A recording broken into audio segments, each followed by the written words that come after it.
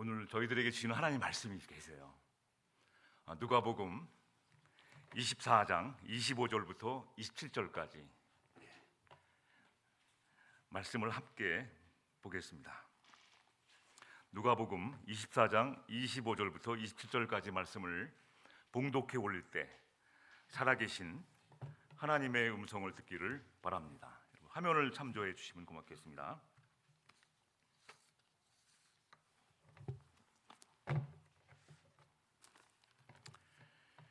이르시되 미련하고 선지자들이 말한 모든 것을 마음에 더디 믿는 자들이여, 그리스도가 이런 고난을 받고 자기의 영광에 들어가야 할 것이 아니냐 하시고, 이에 모세와 모든 선지자의 글로 시작하여 모든 성경에 쓴 바 자기에 관한 것을 자세히 설명하시니라.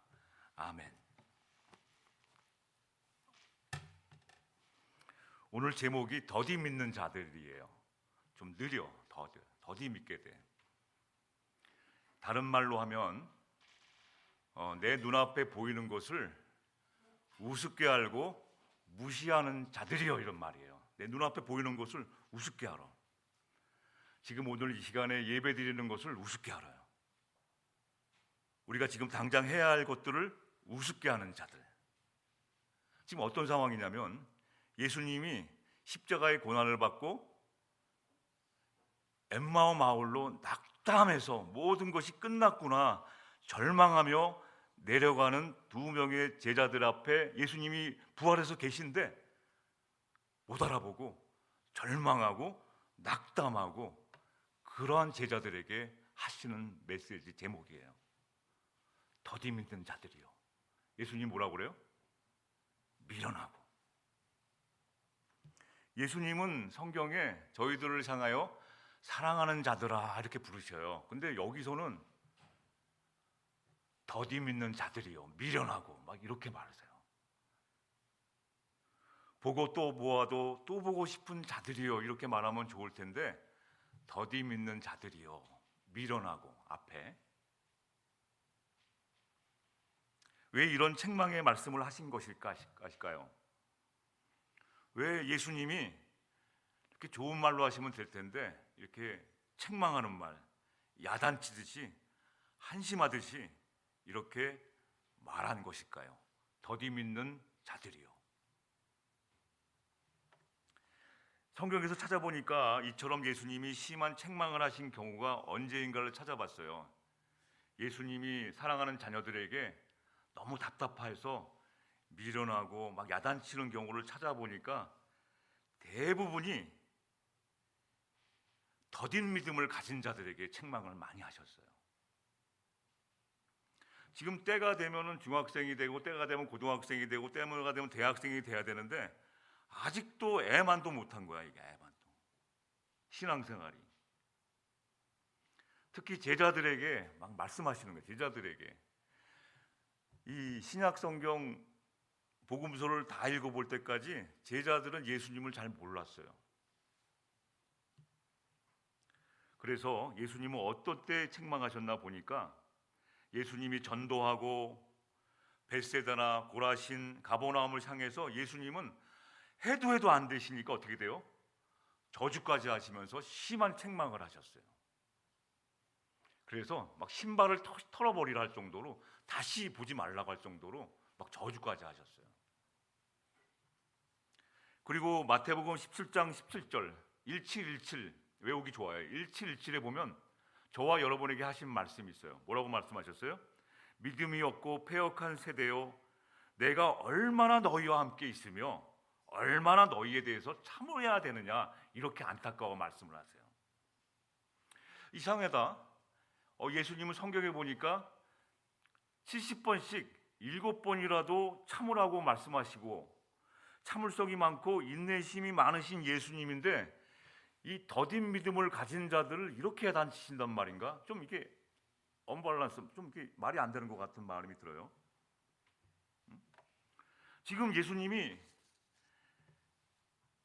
함께하는 동안에 계속 같이 다니시고 함께 말씀하셨는데도, 또 예수님이 바로 눈앞에 있는데도 부활하셔서 그러한 말씀을 하나도 못 믿고 절망 가운데 빠져 있는 사람들에게 하신 말씀이에요. 여러분 다 예수님 믿으시죠? 네, 현찮게 대답한 사람은 아직도 모르겠다는 뜻으로 받아들이면 되겠죠? 네, 여러분 예수님 잘 믿고 계시죠? 근데 어려운 부분이 닥치자 마치 예수님 안 믿는 사람처럼 행동하는 사람들에 대해서 예수님이 더딘 믿음을 가진 자들이요 이렇게 된 거예요. 세 잔의 사과라는 책이 있어요. 세 잔의 사과, 제목이 세 잔의 사과라는 책이에요. 내용을 여러분 간단하게 읽어드릴게요. 프랑스 후기 인상파 화가의 세 잔의 삶과 그의 미술 세계를 독특한 시각에서 해설한 책이에요. 굉장히 좋아요. 한번 내용은 이래요. 폴 세잔은 아내를 너무 각별히 사랑했습니다. 그래서 아내의 초상화를 너무 사랑하니까 틈만 나면 그렸어요. 막 그려서 아내의 초상화가 굉장히 많이 있어요. 그런데 초상화들을 보면 이게 사람인지 짐승인지 이 구분이 안 될 정도로 너무 성의가 없는 거야. 말과 행동이 틀려. 말로는 뭐래요? 아내를 각별히 사랑한다고 하면서 그림 그린 거 보니까 찍찍찍찍 아내를 그려놔갖고 에이 말 저 사람은 입만 가지고 그러는 거야 그렇게 말했어요. 성의 없게 그려서 말과 행동이 일치 않는다고 말합니다. 저희도 그러죠. 에이 저 사람은 예수를 믿는데 말과 행동이 틀려. 말만 잘해 이렇게 하잖아요. 그래서 이 책에는 세잔이 왜 아내의 초상화를 이렇게 성의 없게 그렸는지에 대해서 설명해 주는 책이에요. 은혜 받았어요. 깜짝 놀랐습니다. 거기에서 나름의 답을 제시하는 거예요. 독특하게 나와 하나님의 관계 속에서 이루어진 그 은혜에 대해서 독특하게 설명하고 있는 거예요. 뭐라고 되어 있냐면 아내의 아름다움은 인간의 표현으로 다 표현할 수 없다는 거예요. 인간의 기술로는 도무지 표현할 방법이 없어서 세잔이 아내의 초상화를 그렇게 찍찍찍찍 대충 그린 것은 인간의 기술을 거기다가 첨부시키지 않는 거야. 사람으로 하여금 그 그림을 보고 세잔이 아내를 사랑했다는 것을 서로 느끼게끔 하는 것이죠. 그래서 대충 그린 것처럼 오해할 수 있게 됐다는 것이죠. 하나님의 사랑은, 하나님이 우리에게 주신 그 놀라운 사랑은 우리가 다 표현을 못합니다. 그런데 우리는 마치 내가 하나님의 사랑을 다 받은 사람처럼 독특하게 막 자랑을 합니다. 다 표현을 못해요. 바다를 먹물 삼아서 그걸 하나님의 은혜를 써오려고 해도 다 못 쓸 정도로 하나님의 은혜가 그렇게 크다는 겁니다. 그래서 성경은 이렇게 말하는 것이 성경이에요. 우리가 왜 이렇게 말과 행동이 틀릴까 하고 봤더니 그게 아니에요. 역설. 죽음은 끝났다. 세상은 그렇게 말합니다. 죽음은 끝이다. 실패하고 망하면 끝이다. 그런데 성경은 역설. 죽음을 뒤집고 부활했다. 이것을 제자들이 믿지를 못하는 거예요. 말도 안 돼. 막 이러고 절망하고 허리는 꾸부정해갖고 낙담해서 엠마오 마을로 가고 있는데 주님이 거기 나타나셔서 눈앞에서 설명해주고 얘기해 주시는 그런 장면이에요. 미련한 자들아, 눈앞에 있으면 더디 믿는 자들아, 앞에 있는 현실을 왜 무시하냐? 세상에는 부활이라는 개념이 없어요. 여러분이 살아가야 할 세상은 부활하는 개념이 없습니다. 부활은 본질적으로 기독교에만 있는 거예요. 이게 대단한 겁니다. 세상은 무언가가 만들어내는 실력이 없어요. 잘 되던 것이 뒤집어져서 안 되는 경우는 많이 있지만 배신하고 추락하고 막 망하는 경우는 되게 많은데 이 망했다가 다시 회복되고 최상으로 올라가는 것은 이 기독교에서 말하는 핵심이에요. 여러분, 포기하지 말라는 거예요. 오늘 현실을 바라보고 열심히 샀는데 안 됐어. 그러면 끝났구나. 나 이제 예수 안 믿어. 이렇게 살지 말라는 거예요. 그래서 예수님이 이렇게 심하게 제자들에게 더디 믿는 자들아 밀어나고 왜 마음에 이렇게 더디 믿느냐 이렇게 책망하신 것은 두 가지 이유가 있어요. 첫째는 우리 주님께서 저와 여러분들을, 제자들을 버리지 않으시겠다는 거예요. 떠나가지 않으시겠다는 겁니다. 영원히 함께 하시겠다는 것을 말씀하고 있는 거예요. 그래서 야단치시는 겁니다. 눈앞에 보이는 것을 무시하는 신앙생활 하지 말라는 거예요. 당장 눈앞에 보이는 것이 뭐예요? 내일이면 학교 가야 돼요. 내일이면 일하러 가야 됩니다. 근데 일부 종교에서는 일 안 해도 하나님이 다 주셔. 걱정하지 마. 일 안 해도 돼. 하나님이 다 만나로 주시고 다 주셔. 걱정하지 마. 하나님만 잘 믿어. 이렇게 말하는지 말라는 거예요.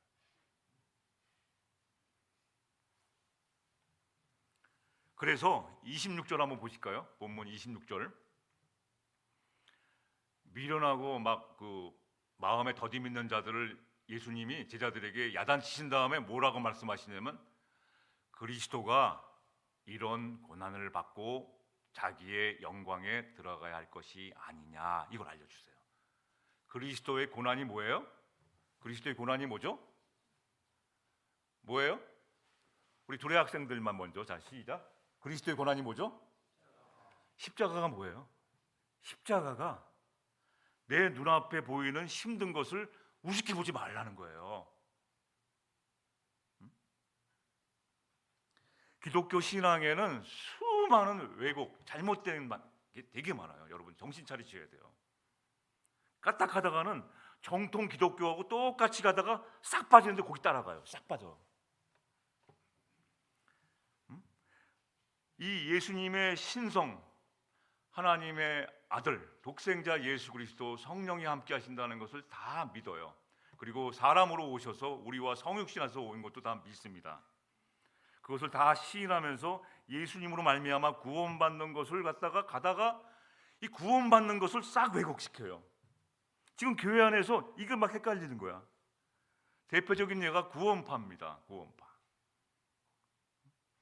우리 김진호 목사, 구원파의 대표이시면 김진호 목사와 고등학교 때 친구였어요. 그 책에 보니까, 김진호 목사님이 쓰신 책에 보니까 구원파 대명, 도망간 사람 있죠. 그 세월호 사건 나갔고 고등학교 때 친구였대요. 근데 그분이 고등학교 때 성경책이 막 찢어질 정도로, 다 외울 정도로 막 다 읽으신 거예요. 다 아는데도 가다가 구원에 대해서 삐딱하게 싹 하는 거죠. 구원파의 구원론이 뭐예요? 그리스도인으로 의롭다함을 한 번에 받는 거예요. 성화도 한 번에 얻는 것이라는 것이죠. 예수님을 주님으로 고백할 때 구원에 가던 모든 과정이 시작은 똑같아요. 저희들이 로마서 10장 10절에 보면 저기가 어떻게 돼 있죠? 사람이 마음으로 믿어. 마음으로 믿는다는 것은 뭐예요? 예수가 나를 위해 십자가에 죽으셨다는 것을 마음에 믿는 거예요. 그게 구원입니다. 마음으로 믿는 거 여러분 쉬운 것 같죠? 예수님이 나를 위해서 십자가에 죽으셨다는 것을 믿는 것이 구원이에요. 그래서 의에 이르게 됩니다. 그리고 입으로 고백을 하는 거예요. 입으로 시인하여 구원에 이르느니라. 로마서 10장 10절 이렇게 되어 있어요. 어떤 사람은 뭐 입으로 말 안 했으니까 너 구원받은 거 아니야, 이걸로 따지는 사람도 있고, 예수님을 잘 몰라서 그래요. 마음으로 믿는 것이 시작입니다. 저는 어려움을 당할 때 예수님이 나 같은 죄인을 위해서, 나 같은 사람을 위해서 십자가에 죽으셨다는 걸 생각할 때 감격의 눈물이 나와요. 여러분, 이게 예수 믿는 거예요. 그런데 예수님을 왜곡해서 예수님을 믿고 난 다음에는, 한 번 구원을 받았으면 믿고 난 다음에는 어떤 죄악이나 어떤 미혹 한 점의 의심도 없이 이 평안한 삶을 주신다는 것이 구원파가 주장하는 거예요. 그래서 막 의심하고 막 걱정하고 고민하고 절망하면 너는 온전한 구원을 받지 못했다, 그래서 잘못된 것이라고 말하는 것이 구원파의 논리입니다. 그러니까 솔깃하죠. 어떻게 구원받은 사람이 그렇게 고민하고 절망하고 망해서 쪼들리고 허리 굽혀서 쪼들매고 그렇게 다냐? 잘못된 것이다 이렇게 말해요. 그러나 이 십자가는 그게 아니에요, 여러분. 현실에서 이루어지는 일을 나가다 보면 이게 쉬운 삶이 아니라는 것을 성경은 계속 말해주고 있어요. 그럼에도 불구하고 주님 손잡고 걸어가자고 함께 이겨나가자는 것이 기독교 신앙입니다. 근데 이것을 무시하고 현실은 그렇게 하면 피해, 일단 도망쳐, 안정된 곳으로 가. 한 번 구원받은 사람은 그렇게 사는 거 아니야. 평생 감격으로 사는 거야. 너 잘못된 구원받은 거야. 여기에 속지 말라는 거예요. 다음이 감격할 당시에 뭐든지 할 수 있을 것 같아요. 구원받은 그 당시 스레스티아스나 뭐 이렇게 각종 집회 부흥회 같은 은혜 받잖아요. 그러면 2박 3일 동안은 내가 막 3박 4일 동안은 막 뭐든지 할 수 있을 것 같아요. 와, 은혜 체험했으니까 나 이제 예수님을 위해서 평생 살겠어요. 이때 신학교 가겠다고 막 자원한 사람이 되게 많아요. 나 뭐 될래요? 나 사모님 될 거예요. 목사님 될 거예요. 막 나 전도사님 될 거예요. 막 이때 막 은혜 받아갖고 3박 4일 동안에 은혜 받고. 근데 한 달 좀 지나면 똑같아, 일상이. 기독교 신앙에서는 이걸 다 인정하는 거예요. 이걸 당연하다는 거예요. 근데 이쪽 구원파에서는 그거는 잘못된 온전한 구원을 받지 못했다는 걸로 사람을 계속 들이볶입니다. 그러니까 교회 안에 막 이런 사람이 들어와서 막 구원파가 막 활동을 하니까 기존의 정통 기독교를 믿는 사람들이 막 헷갈리는 거야. 이게 맞는 것 같고 이게 맞나? 그리스도가 이런 고난을 받고 예수님은 고난을 받았다는 얘기를 해요.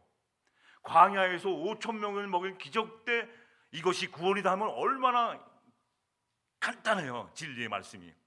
예수님이 병든 자를 고쳐줬을 때 이것이 구원이노라 하면은 얼마나 사람이 행복합니까? 근데 하나님은 그렇게 구원을 해주시는 분이 아니세요. 어떻게 돼요? 자기의 사랑하는 아들을 어떻게 돼요? 십자가까지 끌고 가는 거예요. 십자가의 죽임을 통해서 그 막 엘리 라마 사박다미 하면서 그 고난까지 끌고 가셔서 부활을 통해서 그것을 회복시켜서 그것을 믿는 자들에게 구원을 주시는 거예요. 근데 거기서 이걸 놓치지 마셔야 돼요. 이 십자가의 고난, 현실이 만만하지가 않아요, 여러분. 직장생활 여러분, 앞으로 학교생활 여러분 만만하십니까? 예수 믿으면 답안지가 딱 보이죠? 기도했더니 답안지가 딱 보이죠? 기도했더니 내가 풀어야 할 수학 문제가 딱 나오죠? 기도했더니 내가 영어를 술술술 하죠? 사람들이 이런 걸 좋아해. 기도하면 뚝뚝 떨어진다. 우리는 또 내일이면 또 잠시 후면 못다한 일을 해서 힘든 세상으로 나가야 돼요. 이것을 부정하지 말라는 거예요. 그래서 이 더디 믿는 자들아 하는 것은 내 눈앞에 보이는 현실을 무시하고 그냥 기도원으로만 가려고 그러고 자꾸만 이쪽으로 가는. 공부하기 위해서는 공부하셔야 돼요, 여러분. 내 삶에 주어진 것이 현실이 뭐예요? 공부해야 돼요, 공부. 일해야 됩니다. 돈 버셔야 돼요. 그런데 바로 눈앞에 예수님을 동행하면서 뜬구름을 잡고 있는 거야. 예수님 없다. 내가 기도했는데 나 답안지 안 가르쳐 주신다. 내가 그렇게 기도했는데 수학 문제 안 알려주셨다. 잘못됐다. 이렇게 말하는 거예요. 다시 말하면 현실을 무시하고 내 눈앞에 보이는 것을 무시하고 한 번 구원받았으면 그 감격으로 평생 고. 제자들에게 이 성화, 자라남이 없다는 거예요. 자라남, 성숙, 자꾸 단단단. 오늘은 좀 부족했는데 내일은 좀 나아지고 내일은 더 나아지고 한 계단 한 계단 올라가는 것이 없다는 말씀이에요. 아직도 그 자리야. 아직도. 감리교 창시자는 웨슬리의 구원론이 있어요. 구원론.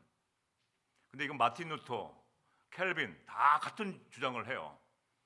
선행적 은총이라는 거예요. 첫 번째, 하나님이 우리를 불러주셨다는 거예요. 여러분, 내가 믿어야지 그게 아니라 만수에 이미 불러주셨다는 거예요. 은총, 선행적 은총. 그 다음에 칭의, 의롭게 해주셨어요.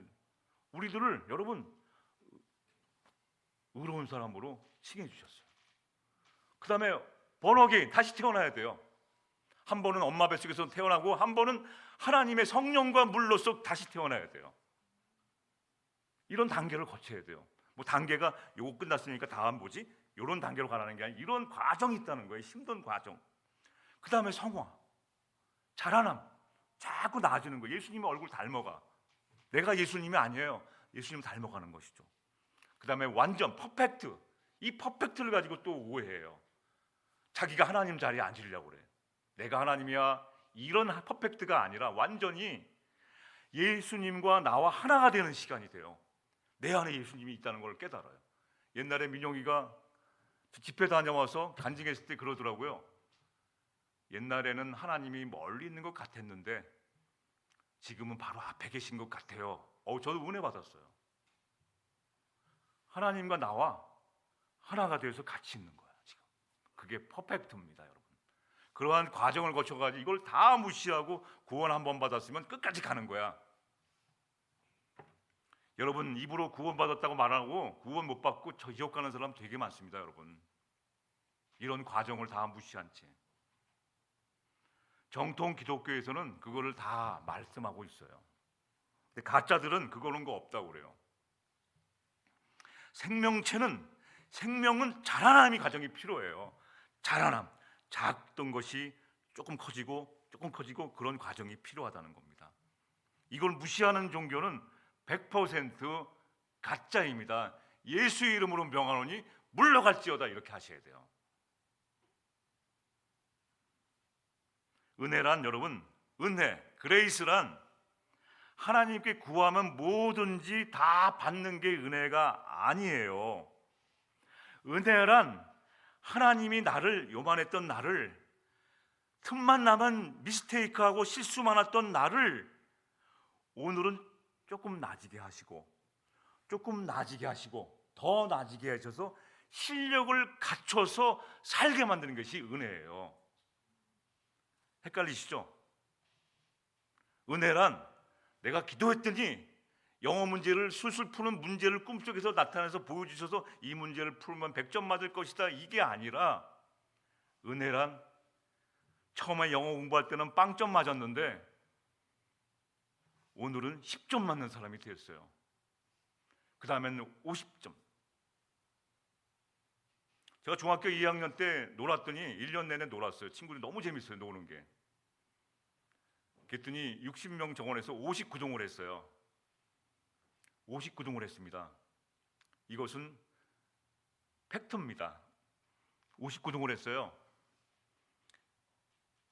그래갖고 이건 너무 창피한 거예요. 부모님 고생하시는데 내가 이걸 받으니까 이게 말이 안 돼서 열심히 공부했어요. 그랬더니 54등을 했어요. 그 다음에 그랬더니 그걸 보여드렸더니 너는 조금만 하면 될 수 있다는 말씀을 하세요. 거기서 용기를 얻어서 제가 12등까지 했어요. 그 다음에 이렇게 자라가는 것, 이게 기독교의 진리예요. 너는 꼴찌했으니까 이제 인생 쫑이다, 너는 보나마나 뻔한 사람이다, 끝났다, 이게 아니라 할 수 있다, 주님이 도와주시니까. 그래서 실력을 갖추게 돼요. 이게 은혜예요. 흔히 은혜들을 실패하지 않고 절망하지 않는 것을 은혜라고 흔히 착각하고 있습니다. 은혜란 실패했지만, 후회스럽지만, 절망스럽지만 결국 그것이 내게 유익이 되게 만드는 것입니다. 그 유익은 실패를 없었던 것으로 만들거나 실패를 만회하는 정도가 아니라 그보다 더 적극적으로 실패를 역전시켜 유익하게 만드는 것입니다. 그것이 하나님이 일하심이고 그것이 우리들의 인생이 되어야 되는 것을 믿는 것이 기독교의 기본 진리입니다.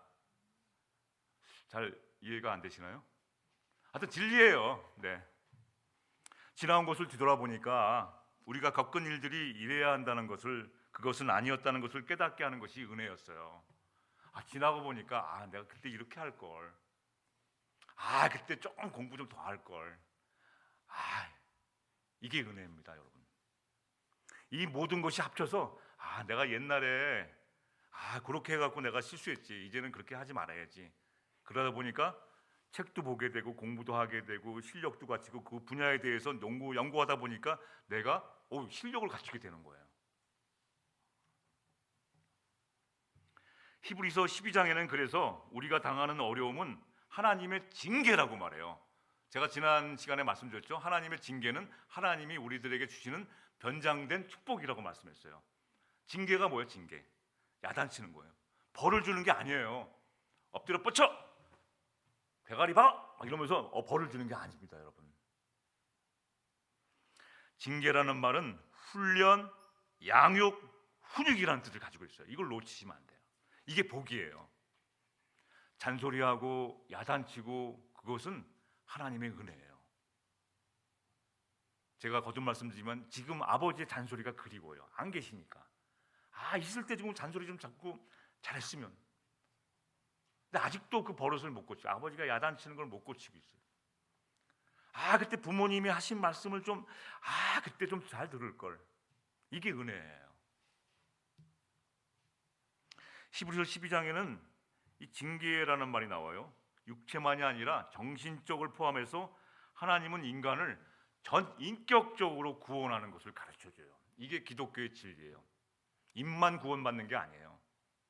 입만 구원받는 사람들이 많아요. 말만 잘해.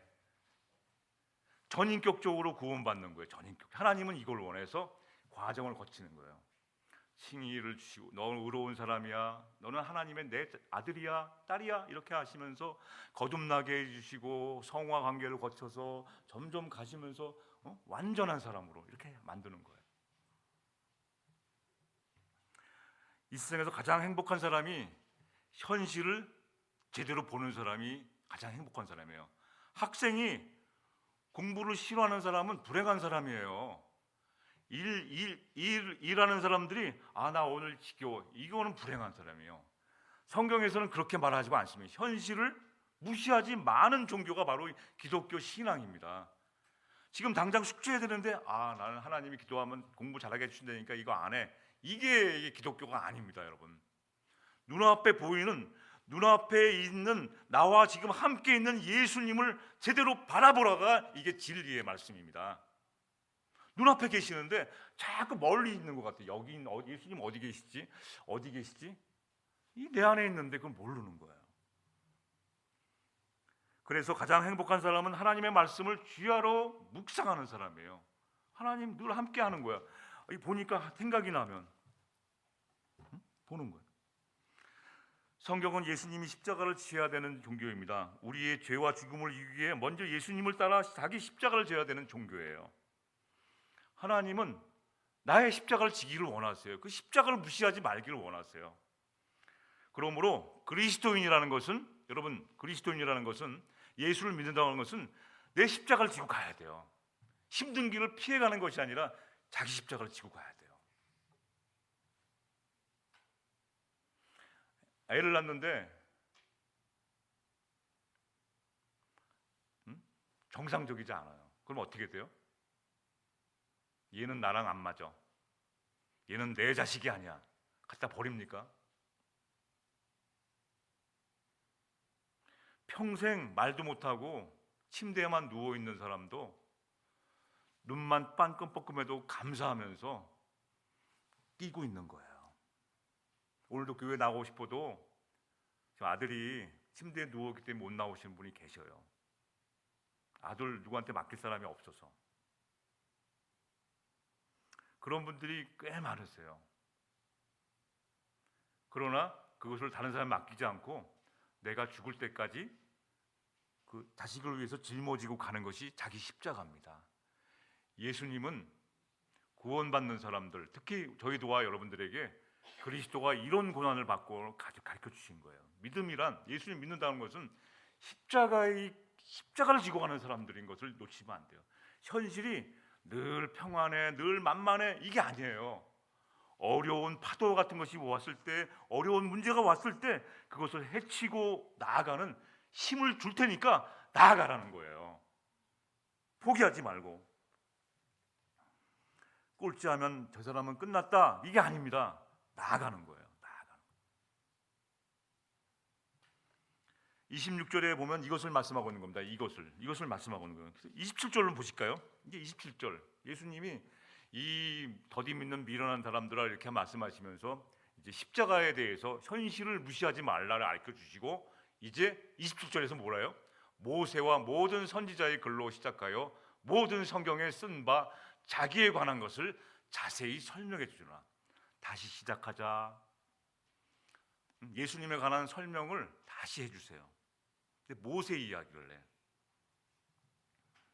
하나님을 믿는 방법은 두 가지가 있습니다. 잘못된 길이 아니라 두 가지 길로 믿어요. 제가 존경하는 사람들은 두 가지 길에서 다 믿어요. 하나님을 경이롭게, 하나님을 두려운 마음으로 믿게 돼요. 거룩하심, 하나님은 거룩하시다. 거기에 나 같은 사람은 비쳤을 때 너무 허물 많다. 그래서 하나님은 거룩한 하나님, 어미하신 하나님, 위엄 당당하신 하나님, 두려운 관점에서 신앙생활을 마치 늘 조심하면서 하는 사람이 있어요. 칼날 위에 서는 것처럼.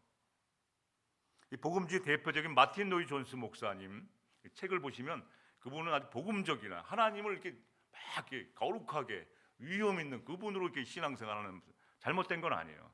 그분의 제자들이 굉장히 많습니다. 오늘날 교회를 붙들고 있는 사람들은 이분의 제자들이 굉장히 많아요. 하나님을 경외하며 거룩한 하나님으로 받는 사람. 그런데 또 다르게 하나님을 믿는 사람들이 있어요. 어떻게 돼요? 아래로부터 위로 올라가는 사람, 바닥 인생부터. 메시지 성경이라고 있어요. 여러분, 성경이 여러 번역이 돼 있거든요. 메시지 성경이라고 써요. 유진 피터슨 목사님이 그걸 쓰셨어요. 제가 존경하는 스승 중에 하나입니다. 그분의 책을 다 읽고 그분의 사상을 다 이렇게 배워갖고 그분의 다 하는데, 유진 피터슨 목사님 아래로부터 올라가요. 바닥부터. 그러니까 백성들의 변호를 하는 거죠. 백성들의 심정을 이해하면서 올라갑니다. 근데 모세 얘기한 것은 모세가 그런 선지자예요. 모세가 관한 성경을 읽어보면 어떻게 됐나요? 백성들을 변호해. 모세는 하나님, 내가 악인을 제거해달라고 그랬는데 왜 이방 민족을 불러서 우리를 심판하고 우리를 왜 이렇게 고생 만들어 하십니까? 왜 의인들도 같이 죽는 겁니까? 하나님의 백성들이 왜 저 사람 때문에 힘듭니까? 막 대변해. 백성들을 위해서. 하나님, 이게 말이 됩니까? 막 이게 모세야. 하나님, 우리 동족들을 버리시면 나도 생명책에서 이름 빼주세요. 나 안 가요. 막 이런 게 모세야. 의리의 사나이. 근데 예수님이 모세 이야기를 하신 거예요. 너희 바닥부터 다시 시작하라는 거예요. 안 되면 다시 올라가라는 거예요. 하나님이 모세에게 하신 말씀이 있어요. 너는 가나안 땅 못 들어가. 가나안 땅이 뭐예요? 하나님이 약속의 땅이, 거기 못 들어가면 다 이게 끝나는데 모세는 너 못 들어가. 모세가 뭘 잘못했나요? 성질 낼 때 그거 좀 냈다고 화냈다고 가나안 땅에 모세를 들어가지 못하게 합니다. 여러분, 성경 보면 백성들은 다 들어가는데 모세는 못 들어가. 바라만 보고 있어요. 근데 모세가, 하나님이 그렇게 모세 너는 못 들어간다, 가나안 땅에 못 들어간다 하는 말씀을 나중에 깨달아요. 그 시편, 구약 성경은 뭘로 해석하라고 그랬죠? 구약 성경은 시편을 해석해야 돼요. 시편 90편이 모세가 쓴 거예요. 거기에 모세의 마음이 다 담겨져 있어요. 그거를 깨달아 뒤늦게. 그래서 시편에서 해석이 안 되면 신약으로 가지고 오라고 그랬잖아요. 말씀을 정리하겠습니다. 모세가 왜 가나안에 못 들어갔을까? 하나님이 너는 이 백성을 구원하기 위해 세운 종이에요. 너희 현실은 이 백성을 구원하는 것이 십자가예요. 이 백성이 실패해서 광야에 죽는데 그들의 지도자인 너만 들어갈 수 없는 것 아니니? 모세는 이스라엘을 구원하고 그들을 데리고 가나안에 들어갈 책임을 자신에게 있고 백성들의 실패에 대해서 지도자도 같이 책임을 져야 된다는 마음을 갖고 있었어요. 모세의 심정을 담은 시편 90편에는 백성들의 완악함, 미련한 어리석음에 대해서 모세가 하나님께 자비를 구하는 기도의 내용이 들어간 게 있어요. 백성들은 미련하고 어리석어서 잘 모르니까 하나님 용서해 주시고 이해해 주세요. 이건 기도를 드리는 거예요. 오늘 더딘 믿음을 가진 자들에게 말씀을 자세히 가르쳐 주면서 영원한 생명의 길로 인도하시는 주님이 저와 여러분에게 오늘 나에게 주어진 이 시간을 무시하지 말고 착실히 주님 손잡고 같이 가기를 원하세요. 거기에 아멘으로 화답하면서 함께 동행하시는 여러분 되시기를 주님의 이름으로 축원합니다. 같이 우리 오늘 들은 말씀과 또 들은 말씀을 통해서 더디 믿는 자들하고 책망하시는 주님의 마음을 새기면서 우리 잠깐 들은 말씀과 함께 1분 동안 기도하는 시간 갖겠습니다.